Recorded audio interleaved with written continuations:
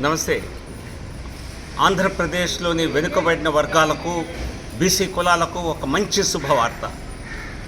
నేను దాదాపుగా 2 సంవత్సరాలకు పైగా ఆంధ్రప్రదేశ్లోని తూర్పు కాపులకు, ఉత్తరాంధ్ర బీసీ కులాలైనటువంటి శిష్టకర్ణాలకు, కళింగ వైశ్యులకు, సొండీలకు కేంద్ర ఓబీసీ జాబితాలో రిజర్వేషన్ సదుపాయం కలిగించే విధంగా అనేక ప్రయత్నాలు చేయటం జరిగింది. ఈ 4 సామాజిక వర్గాలకు చెందిన వారిని కేంద్ర సామాజిక శాఖ మంత్రి వద్దకు, ఎన్సీబీసీ వద్దకు, national commission for backward classes వద్దకు అనేక సందర్భాల్లో తీసుకువెళ్ళటం జరిగింది.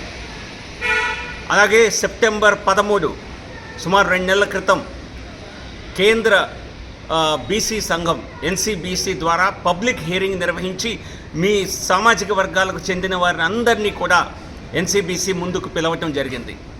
ఆ రోజు చేసిన ప్రయత్నం ఈరోజు సఫలీకృతమైంది. ఈ సామాజిక వర్గాలకు చెందిన వారందరికీ ఒక మంచి శుభవార్త. ఎన్సీబీసీ ఈ కార్యాలయం నుంచే ఈ వీడియో చేస్తున్నాను.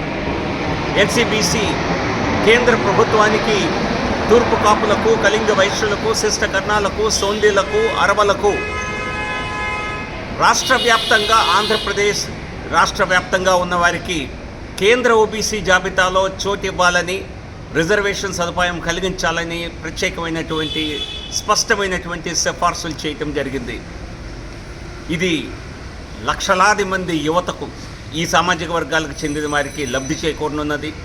రాష్ట్ర వ్యాప్తంగా సుమారుగా ఈ కులాలన్నీ కలిపి 40 లక్షలకు తగ్గకుండా ఉంటారు.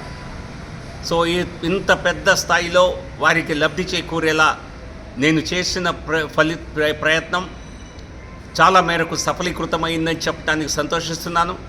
కేంద్ర ప్రభుత్వం దీన్ని ఒక బిల్లు రూపంలో దాల్చి రానున్న కొద్ది నెలల్లో దీన్ని ఒక బిల్లుగా కేంద్రంలో పార్లమెంట్లో ప్రవేశపెడితే ఈ సామాజిక వర్గాలకు రావాల్సినటువంటి లబ్ధి వెంటనే చేకూరుతుంది. ఈ ప్రక్రియ, నేను చేపట్టిన ఈ ప్రక్రియ తలుచుకొని ఉంటే 10-15 సంవత్సరాల క్రితమే రాష్ట్ర ప్రభుత్వాల ప్రయత్నాలతో లేదా ఇక్కడ ఉన్నటువంటి స్థానిక పార్టీల ప్రయత్నాలతో ఆంధ్రప్రదేశ్లో ఎప్పుడో సాధ్యమయ్యేది. బహుశా ఎవరు దృష్టి పెట్టని కారణంగా, సరైనటువంటి రీతిలో దీన్ని నడిపించని కారణంగా అది సాధ్యం కాలేదు. నేను గత వారమే ఇందులో ఒక శుభవార్త వెంటనే ఉంటుందని చెప్పాను. ఈరోజు అటువంటి స్పష్టమైనటువంటి కేంద్ర ప్రభుత్వానికి సందేశం వెళ్ళిందని, సమాచారం వెళ్ళిందని, నివేదిక వెళ్ళిందని తెలియచేయడానికి సంతోషిస్తున్నాను. అన్ని జిల్లాల్లో ఉన్నటువంటి తూర్పు కాపులకు ఇప్పుడు ఇది వరంగా మారుతుంది. అలాగే ఉత్తరాంధ్రలో ఉన్నటువంటి ప్రధానంగా ఉన్నటువంటి కళింగ వైశ్యులకు, శిష్టకర్ణులకు, సోందీలకు రాష్ట్ర వ్యాప్తంగా ఈ బెనిఫిట్ లభించనుంది. గతంలో కళింగ వైశ్యులకు ఆంధ్రప్రదేశ్లో కూడా కేవలం 4 జిల్లాల వరకే ఈ రిజర్వేషన్ సదుపాయం ఉండేది, 3 ఉమ్మడి జిల్లాల వరకే. ఇప్పుడు రాష్ట్ర వ్యాప్తంగా కేంద్ర ఓబీసీ జాబితాలో కూడా వారికి రిజర్వేషన్ లభించే ప్రతిపాదన వెళ్ళటం జరిగింది. మీ అందరికీ ఈ విషయం తెలియజేయడానికి సంతోషిస్తున్నాను. నేను తలపెట్టిన అనేక అంశాల్లో, అభివృద్ధికి సంబంధించిన అంశాల్లో ఇప్పటి వరకు విజయాన్ని చాలా వరకు సాధించాం. బెనారస్ నుంచి విశాఖపట్నం నుంచి బెనారస్ వరకు, కాశీ వరకు వెళ్ళే రైలు కానివ్వండి, ఆర్ఐఎన్ఎల్కి సంబంధించిన సమస్యల ద్వారా ఆర్ఐఎన్ఎల్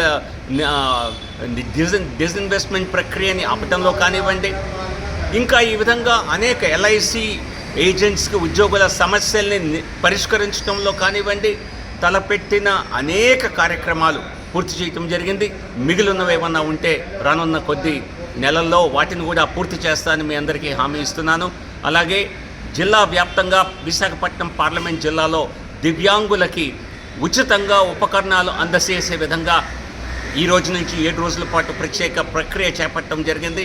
ఈ విధంగా బడుగు బలహీన వర్గాలకు, మరి సమాజంలో ఇబ్బందులు ఎదుర్కొంటున్న వారికి, పేదవారికి చేయూతలా ఉండాలనేటువంటి మీ యొక్క సహచరుడిగా ఎంపీ జీవీఎల్ నరసింహారావుని ఎప్పుడు మీకు ప్రయత్నం చేస్తూనే ఉంటాను. మీ అందరి సహకారంతో, మీ అందరి సమర్థంతో ఈ కార్యక్రమాన్ని ముందుకు తీసుకువెళ్తానని మీ అందరికీ తెలియజేస్తూ నమస్కారం. జై హింద్, జై భారత్, జై ఆంధ్రప్రదేశ్.